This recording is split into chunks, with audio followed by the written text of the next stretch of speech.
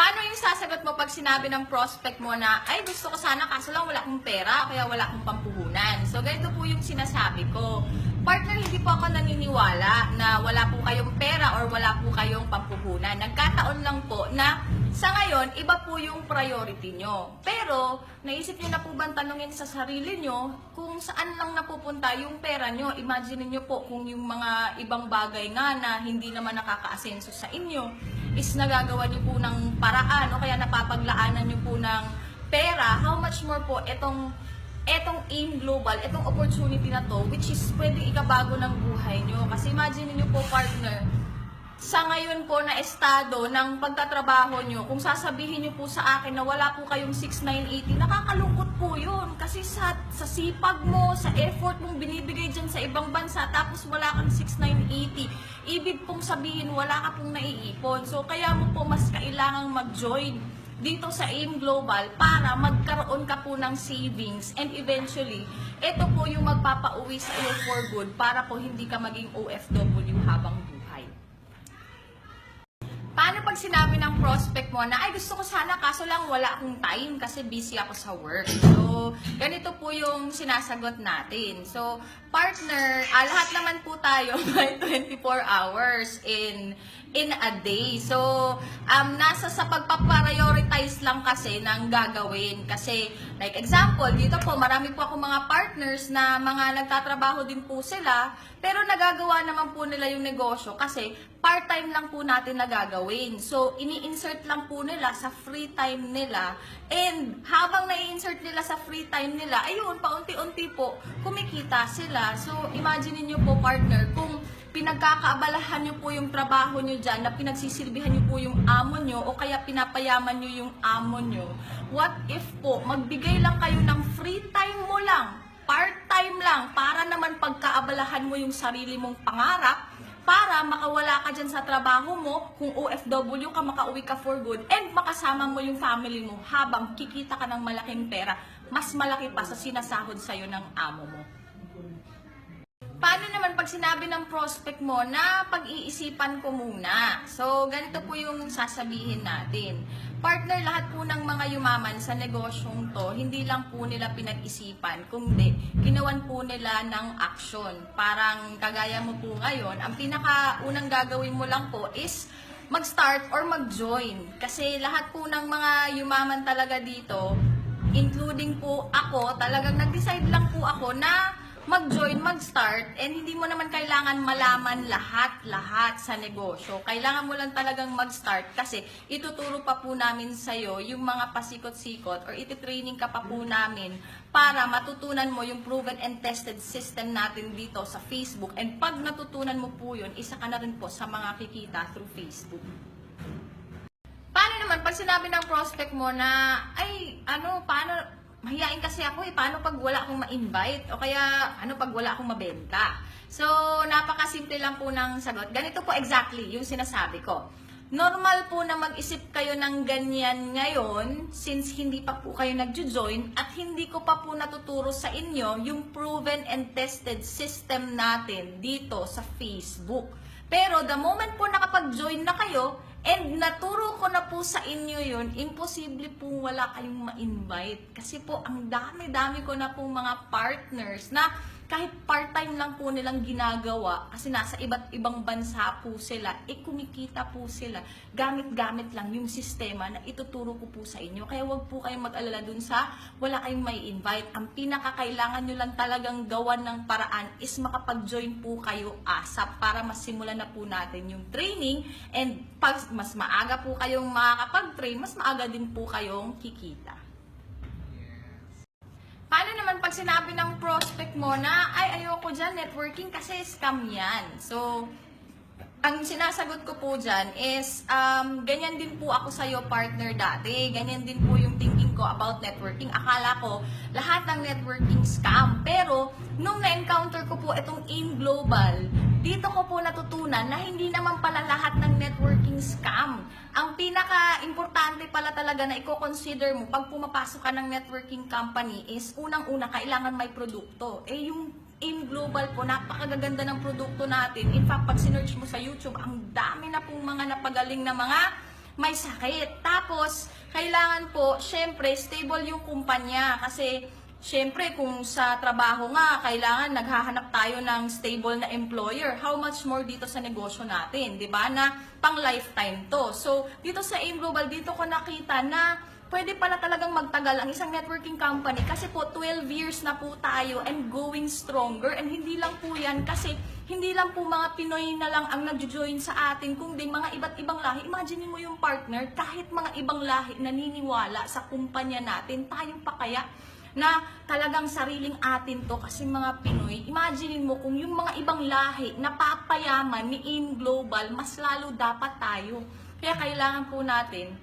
Kaya po nung nakita ko etong AIM Global, dito ko lang na-prove na hindi pala talaga siya scam. Na kung may mga iba man sa labas na scam, pero si AIM Global is namumukod tangi po siya na matino, na pag dito po tinaya mo yung pera mo, yung oras mo, yung effort mo, talagang ibibigay at ibibigay po sa'yo yung mga pangarap mo. Kasi hindi lang po isa, dalawa, tatlo yung mga naging milyonaryo, kundi more than 5,000 na po yung ginawang millionaires and multi-millionaires ni AIM Global. And ito pong mga taong to, may mga grade 1, grade 2, hindi nakapagtapos ng pag-aaral, high school grad, taho vendor, labandera, marami na pong mga OFWs ang nakauwi for good. Kumita through Facebook lang ang gamit, part-time lang po. Kaya po pag sinubukan mo po ito, ikaw na po yung susunod na kikita and definitely makakauwi for good. Paano naman pag sinabi ng prospect mo na ay maganda sana pero kukonsulta muna ako sa asawa ko kung papayag siya. So, napaka-common po nito. So, ang isasagot po natin, ako po personally, ang sinasagot ko po is ganito. Ang partner, sana po, wag mong ilagay sa kamay ng asawa mo yung pagdidesisyon sa pag-join mo sa negosyo. Bakit? Kasi ikaw po yung nakakaalam kung ano yung tunay na sitwasyon mo dyan sa ibang bansa. Hindi naman po yung asawa mo. Yung asawa mo, tumatanggap lang naman po ng pinapadala mo galing dyan sa pinagtatrabahuan mo. And ikaw po yung may mas malalim na dahilan bakit kailangan mong gawin yung negosyo. Kasi ikaw yung namimiss mo yung family, na homesick. Ikaw yung gusto na makasama mo ulit yung family mo. So, gagawin mo pa rin po ito para sa kanila. Gawin mo po silang inspirasyon, or pwede mo pong i-inform lang yung asawa mo na papasok ka dito sa negosyong to, pero yung decision making po maganda na ikaw po talaga yung magdesisyon since ikaw po yung nandyan sa ibang bansa. Paano naman pag sinabi ng prospect mo na ay kontento na kasi ako sa buhay ko, masaya na ako, tsaka tama na naman yung kinikita ko. So ganito po yung sinasabi ko. Partner, malamang sa'yo po kung ikaw lang yung iisipin mo at hindi mo iisipin yung family mo, yung loved ones mo, pwedeng kontento ka na po sa buhay mo. Pero natanong mo na po ba kung yung asawa mo kontento na sa buhay na binibigay mo? Kung yung nanay at tatay mo kontento na sa buhay na binibigay mo? Kung yung mga anak mo kontento na ba sa buhay na nabibigay mo?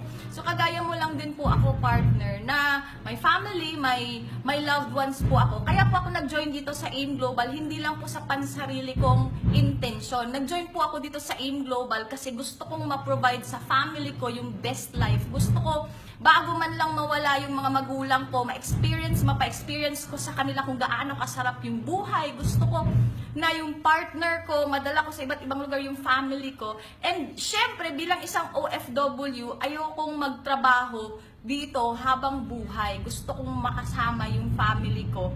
And mahirapan man ako, pero kasama ko sila na habang kumikita ako ng malaki.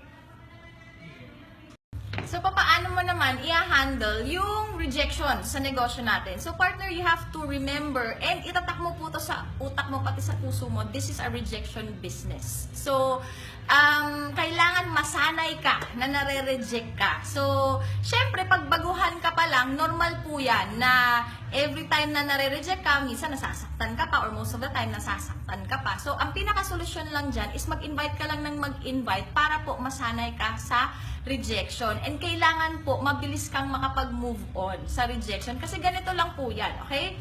Wag na wag mong iisipin na every time nire-reject ka ng ini-invite mo, ikaw yung nire-reject. Ikaw yung nawalan. Hindi po ganun. Every time nire-reject ka ng kausap mo dito sa Facebook, sila po yung nawawalan, hindi tayo. Bakit? Kasi tayo po, sure na tayo, nayayaman tayo. Sure na tayo na may opportunity tayong pinanghahawakan para 1 to 2 years from now, magbabago yung buhay natin. Eh sila wala. Diba? Tapos nireject ka pa nila. So nawalan pa sila ng tao ngayon na tutulong sa kanila para umasenso yung buhay nila. So anong mangyayari sa kanila? Kung OFW, magiging tatanda na lang sila na OFW. So ganun dapat yung mindset mo. Ang mindset mo dito, ikaw yung nagbibigay ng opportunity.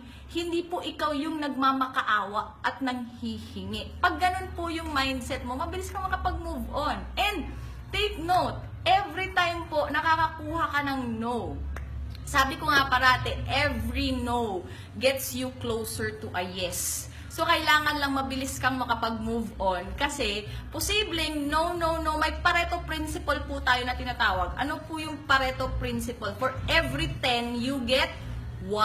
So, kung ganun po pala, for every 10, you get 1. Diba? So, dapat hindi ka magdrama kung dun sa una, pangalawa, pangatlong kausap mo, ni-reject ka. Bakit? Tuloy-tuloy mo lang.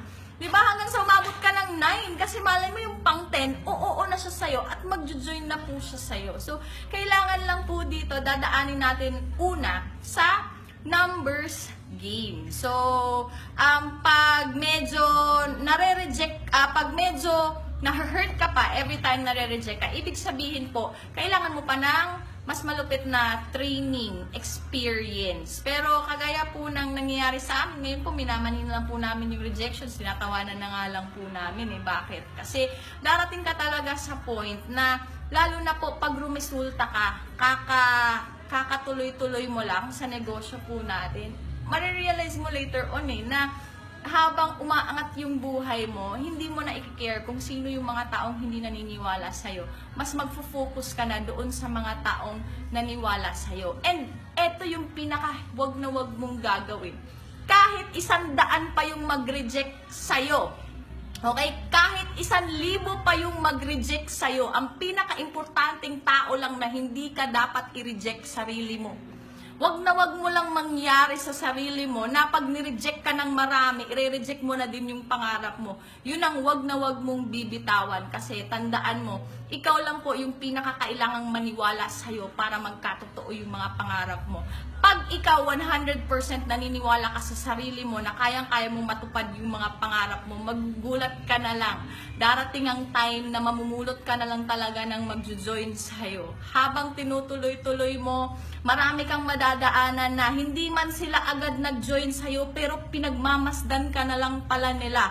So, kailangan mong ituloy-tuloy. Kailangan mong ituloy-tuloy at kailangan mong ipakita na paganda ng paganda yung buhay mo. Diba? Hindi man sa resulta, pati sa attitude. Magbago pa lang yung attitude mo, napakalaking progress na yan eh.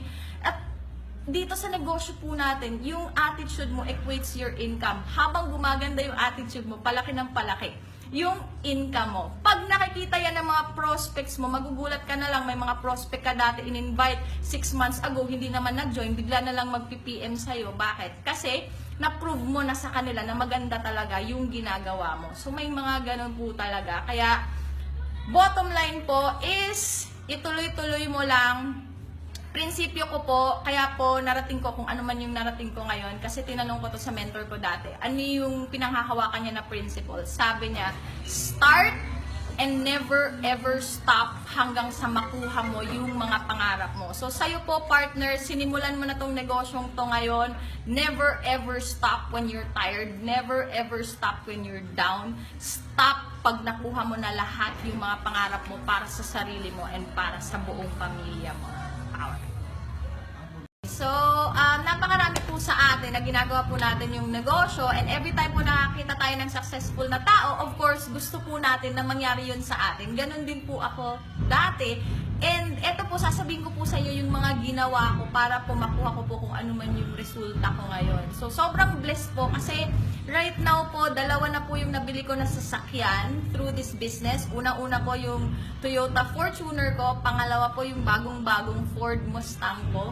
And at the same time po nakapag-travel na sa iba't ibang countries. Okay? sa Dubai, sa Hong Kong, sa Macau, sa Singapore, and of course, nalibot na rin po yung Pilipinas. And right now po, I'm already averaging 500 to 600,000 pesos per month. Gamit-gamit lang po ang Facebook. So, for sure, ikaw po partner na nakakapanood ka po na to ngayon, definitely, kung ano man po yung results ko ngayon, yun din po yung gusto mong makuha. Pero bago mo po pangarapin yung resulta na meron ako, tanungin mo po muna ako kung ano-ano ba yung mga ginagawa ko sa araw-araw para po mag-generate ng ganitong resulta ngayon. Kasi reality po, partner, negosyo po tayo. Okay? So, kung papaano mo po binavalue yung trabaho mo na ang binibigyan mo ng maayos na buhay is yung amo mo or ang pinapayaman mo is yung amo mo, eto po dito, bibigyan mo lang din po ng the same value kahit part-time mo lang siya sisimulan na gagawin. Pero pag ginawa mo po siya consistently, on a day-to-day basis, talagang magkakaresulta ka. So, example po sa isang OFW, ano po ba yung gagawin mo sa araw-araw? Parati ko itong sinasabi, bilang isang OFW, i-google mo po lahat ng free time mo sa AIM Global. Kung may trabaho ka po, lahat ng free time yan in between, pagkatapos, pagkagising, i-google mo po lahat sa AIM Global. Kailangan po umabot ka sa point na yung mundo mo umiikot na po siya sa AIM Global. Talagang baliwin mo po yung sarili mo sa AIM Global. Kasi po, I can guarantee you, pag nangyari po yon, talagang ibang-iba yung magiging resulta mo. And syempre, ano ba yung mga gagawin mo? Of course, kailangan pong nagagawa mo yung basic araw-araw. Ano ba yung basic sa negosyo natin? So, nasa basic po ang pagyaman talaga. Yung mga simpleng pag-a-add ng mga friends, so kotahan mo po yung sarili mo.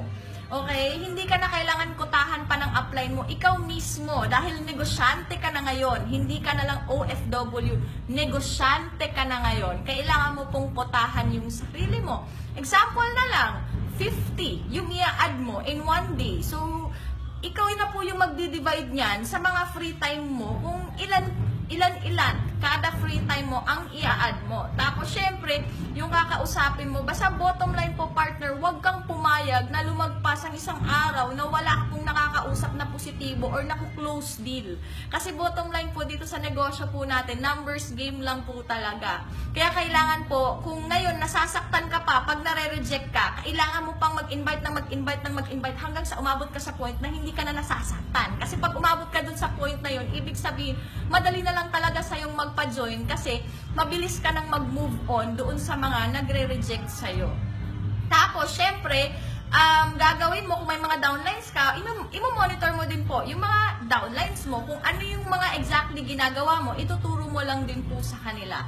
Ang ginagawa ko din po na napaka-effective po talaga is yung pag-video call. So, kahit mga few minutes lang na video call, or lalong-lalo na po, example dun sa mga interesado nyo, pwede nyo po yan mga i-video call para mas lalo po nila kayong makilala, tapos doon nyo na po i-handle yung mga objections sa video call, or doon nyo na po lalong i-inspire sila.